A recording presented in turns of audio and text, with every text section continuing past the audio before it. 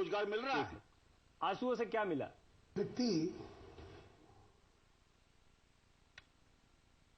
जब व्यक्ति अपनी भावनाओं की अभिव्यक्ति करता है किसी परिप्रेक्ष्य में, तो कुछ पाने के लिए या कुछ खोने के लिए नहीं करता है। ये तो बहुत ही हल्की सोच और बहुत ही निकृष्ट सोच है। मैंने बयान देखा कांग्रेस का और कई अदर दूसरी पार्टियों का, दुख हुआ। बहुत हल्के स्तर के बयान थे। इसमें राजनीति होनी चाहिए नहीं होनी चाहिए ये विषय ही नहीं है। किसी एक परिप्रेक्ष्य में एक राष्ट्र नेता लोगों के बीच अपनी बात रखते हैं, उस बात को सुन के उसको राजनीतिक दृष्टिकोण से देखना मुझे लगता है न केवल अनुचित है, ये एक स्तर गिराने वाली चीज है। त्यागी जी, क्या भावुक होने में कोई परेशानी है? कोई बड़ा नेता, कोई ताकतवर नेता भावुक नहीं हो सकता ऐसे किसी कार्यक्रम में? देखिए, भावुक होने के पश्चात इस पर आप भावुकता से फायदा होना चाहिए या नुकसान होना चाहिए? मैं देश के बारे में बात कर रहा हूं सुधांशु जी। मैंने व्यक्तिगत ना तो आपके बारे में बात की है ना अपने बारे में बात की है। देश को क्या मिला ये महत्वपूर्ण है। राजीव जी, आप में तहजीब, राजीव जी हम लोग तहजीब से बात करें। सीखने के लिए आपसे बात दे रहे हैं सुधांशु जी। सुधांशु जी, तहजीब सिखानी है तो जाकर के भारतीय जनता पार्टी के नेता को सिखाइए, दोबारा ना दिखाइए। मैं बात कर रहा हूँ, एरोगेंस मत दिखाइए। तहजीब सिखाने की पाठशाला नहीं चलाते हैं आप। आप बीच में ना बोले। एरोगेंस मत दिखाइए। आप बोलते तो मैं नहीं बोलता। आप अपनी एरोगेंस मत दिखाइए। आप जब बीच में मुझे ये बताइए इन आंसुओं से क्या लोगों को रोजगार मिलेगा? क्या अमेरिका रोजगार के दरवाजे खोल देगा? क्या ब्रिटेन रोजगार के दरवाजे खोल देगा नौजवानों के लिए इन आंसुओं से? इसके बारे में बताइए। राजीव जी, आप इतने विचलित क्यों हो रहे हैं? मैं तो विचलित इसलिए कि लोगों को रोजगार नहीं मिल रहा है, लोग परेशान हैं। दूसरे को बोलने नहीं देना चाहते। एक बात है कि राजीव जी आपकी बात को सुना था सुधांशु जी ने, सुधांशु जी की बात। सुधांशु जी आप भी बात बोलिए, अपनी बात पूरी करिए। मैं सिर्फ इस निम्न स्तर की राजनीति से क्षुब्ध हूं। अगर आज दुख हो रहा है राजनीति का, तो ये दुख हो रहा है। एक आदमी किसी बातचीत के दौरान भावुकता में कहे और अपने मां बाप के या किसी के लिए कुछ कहे, उसमें फायदा होना चाहिए, उसमें नुकसान होना चाहिए, ये मानसिकता ही अपने आप में इतनी निकृष्ट मानसिकता, इतनी विकृत मानसिकता है कि मुझे तरस आती है कि हम लोग किस स्तर पर राजनीति को कहां गिराएंगे। तो सुधांशु मित्तल कह रहे हैं कि ये निकृष्ट स्तर की मानसिकता है और इस तरह की राजनीति नहीं होना चाहिए। राजीव त्यागी इस पर कुछ कहना चाह रहे हैं। ब्रेक पर जाना है, उससे पहले वरिष्ठ पत्रकार विष्णु पांड्या जी भी हमारे साथ बैठे हैं। आप लोगों आपने मुझसे कहा, अच्छा जी कहिए। देखिए, निकृष्ट राष्ट्रीय राजनीति चाहिए। मित्तल साहब उस रोजगार पे बोलिए, आंसुओं पे सियासत। ठीक है, फटाफट अपनी बात कहिए। अब मैं पांड्या साहब से बात करता हूं ब्रेक के बाद, लेकिन आप बोलिए मित्तल साहब अपनी बात। इंदिरा गांधी जी की हत्या से 2500 सिख मारे गए, ये मिला, ये महत्वपूर्ण है आपके लिए ना? तभी तो राजीव गांधी जी ने क्या कहा के बाद 2500 सिख मारे गए, तो क्या आप ये बताएंगे इंदिरा गांधी जी की हत्या का जिम्मेदार कौन था? क्या इंदिरा गांधी की हत्या को आप सही ठहरा रहे हैं? क्या इंदिरा जी की हत्या को आप सही ठहरा रहे हैं सुधांशु जी? चर्चा कैसे होगी? क्या ऑपरेशन ब्लू स्टार के जो कार्रवाई की थी इंदिरा जी ने वो गलत थी क्या? देश को बचाना, शहादत देना गलत काम है? मैं राजीव जी आपके बारे में बताइए, क्या इंदिरा जी की हत्या सही थी आपकी नजरों में?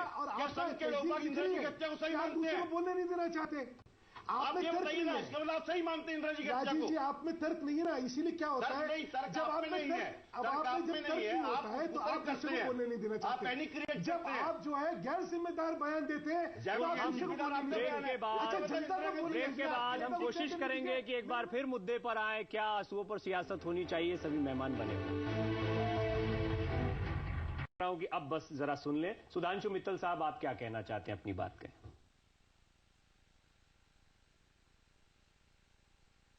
प्रवीण जी, मैं उम्मीद करूंगा कि मुझे राजीव जी टोकेंगे नहीं, क्योंकि टोकना दूसरे को अपने तर्क विहीनता का परिचय देना होगा। जो रामकृपाल जी ने कहा उस बात में बहुत मर्म है। जिस भाषा में और जिस तरीके से और जिस मुद्दे को लेके कांग्रेस की टिप्पणी आई है, वो थोड़ी सी दिल को कष्ट देने वाली है। मुझे लगता है देश बड़ा है, हम राजनीति की रोटी सेकने के लिए देश के लिए क्या महत्वपूर्ण है, अगर उसका भी हम उसका मजाक उड़ाएंगे तो शायद मुझे लगता है हम एक सकारात्मक भूमिका नहीं रख रहे राजनीति में। प्रश्न यह है कि भाई राजीव जी आप बोल लीजिए, मैं चुप हो जाता हूं, क्योंकि आपको शायद अपनी आवाज सुनने का बहुत शौक है, दूसरे को आप बोलने नहीं देना चाहते। देश बड़ा है सुधांशु जी, देश को उन आंसुओं से क्या मिला, बस इतना बता दीजिए। अब जवाब अमेरिका से क्या मिला, बस 1 मिनट जी। देश को आप जैसे व्यक्तिगत कमेंट्स क्यों कर रहे हैं? व्यक्तिगत कमेंट्स तो मैं भी कर सकता हूं आपको लेकर के। मिला था मुझे बताने की जरूरत नहीं है। मैं भाई राजीव जी अगर आप चुप रहे, थोड़ी तहजीब, मैं मानता हूं नई तहजीब है कांग्रेस में, मैं मानता हूं अपने कुंठा है, मैं मानता हूं कि आप लोग इस समय बहुत विचलित हो रहे हैं क्योंकि एक अच्छा काम हो रहा है, लेकिन इसका प्रतिबंध ये नहीं हो सकता, इसका प्रतिबंध ये नहीं हो सकता कि आप दूसरे को बोलने लगे। ये आपकी बड़ी विकृत मानसिकता का परिचय दे रहे हैं। ठीक है राजीव जी देखिए, हमने ये तय किया था कि हम एक करके बात करेंगे। जो है विकृत सुधांशु जी आप भी जो बात, ठीक है एक मिनट, चलिए आप दोनों से मैं गुजारिश करूंगा शांत रहने की। ठीक है 1 मिनट। नीलांजन मुखोपाध्याय साहब, वरिष्ठ पत्रकार लेखक हमारे साथ मौजूद हैं। आपने सुना विष्णु पांड्या जी ने क्या कहा। नीलांजन दा, आपको क्या लगता है जीवनीकार जो हैं उनको बहुत ज्यादा जवाब ही नहीं देने दे रहे, बहुत ज्यादा जानकारी। मैं आता हूं मित्तल साहब, आप अपनी बात बिल्कुल आजादी के साथ रखिएगा, बहुत स्पष्टता के साथ रखिएगा, लेकिन एक जरा कमेंट सुन लेते हैं नीलांजन दा का भी। आपको क्या लगता है जीवनी जी मित्तल साहब? देखिए मोदी जी का क्या सत्य है क्या सत्य नहीं है, ये तो आज मोदी जी भी है, उनकी मां भी है, उनकी पृष्ठभूमि के बारे में खुली किताब है। जिसको सत्य के बारे में जानकारी निकालनी है वो जाके निकाल सकता है, इससे तो कोई बहुत बड़ी बात नहीं। और जैसा कि नीलांजन जी ने कहा कि मोदी जी ने अपनी गरीब पृष्ठभूमि को राजनीति में भुनाया जाए, इसका कभी प्रयत्न करा ही नहीं, जो उनका चरित्र नहीं है। हम लोग एक चीज और भूल रहे हैं, मोदी जी जो है एक प्रचारक रहे हैं, एक स्वयंसेवक प्रचारक रहे हैं। प्रचारक की शिक्षा दीक्षा और प्रचारक की मानसिकता और उसका विश्वास ये होता है कि देश उसकी मां है, देश बड़ा है। व्यक्तिगत जीवन हर एक का होता है, लेकिन प्राथमिकता के साथ देश होता है, देश के प्रति सोच होती है। मौके आते हैं जिंदगी में जब शायद अपने इतिहास पे आदमी नजर डालता है, तो कुछ वो क्षण भी आते हैं जहां पे आदमी असहाय महसूस करते करते ये देखता है कि उन क्षणों से भी लड़के आदमी कहां आगे निकल गया। ठीक है। उसमें जिनका ऋण उसको चुकाना होता है वो उसको याद करता है, और आंखें नम हो जाएं, ये स्वाभाविक नहीं है। और उन्होंने हर मां को, इस देश की हर मां को नमन करा है, किसी सिर्फ अपनी मां को नहीं।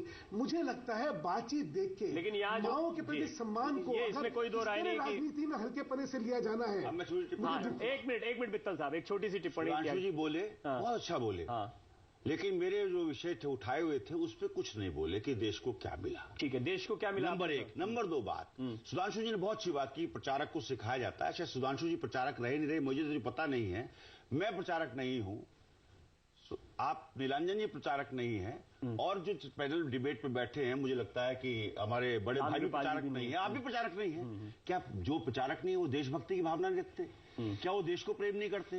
इंदिरा गांधी प्रचारक नहीं थी, चलिए अभी राजीव गांधी प्रचारक नहीं थे, लेकिन देश के लिए बलिदान हो जाएगा। 1 मिनट, तो ये जो मित्तल साहब एक छोटा सा कमेंट आप करें, मैं विष्णु पांड्या जी को भी इसमें शामिल करना चाह रहा हूं। मैं ब्रेक पर जाना है त्यागी जी। सुधांशु मित्तल साहब छोटा कमेंट आपका। जी प्रवीण जी, आप प्रचारक थे क्या? सुधांशु जी बता देंगे। आज के विषय को ही नहीं समझ पाए सर। अगर आज विषय होता, अगर विषय ये होता कि इसमें क्या पाया क्या खोया इनकी विजिट में या इसमें, तो उस पर बात होती।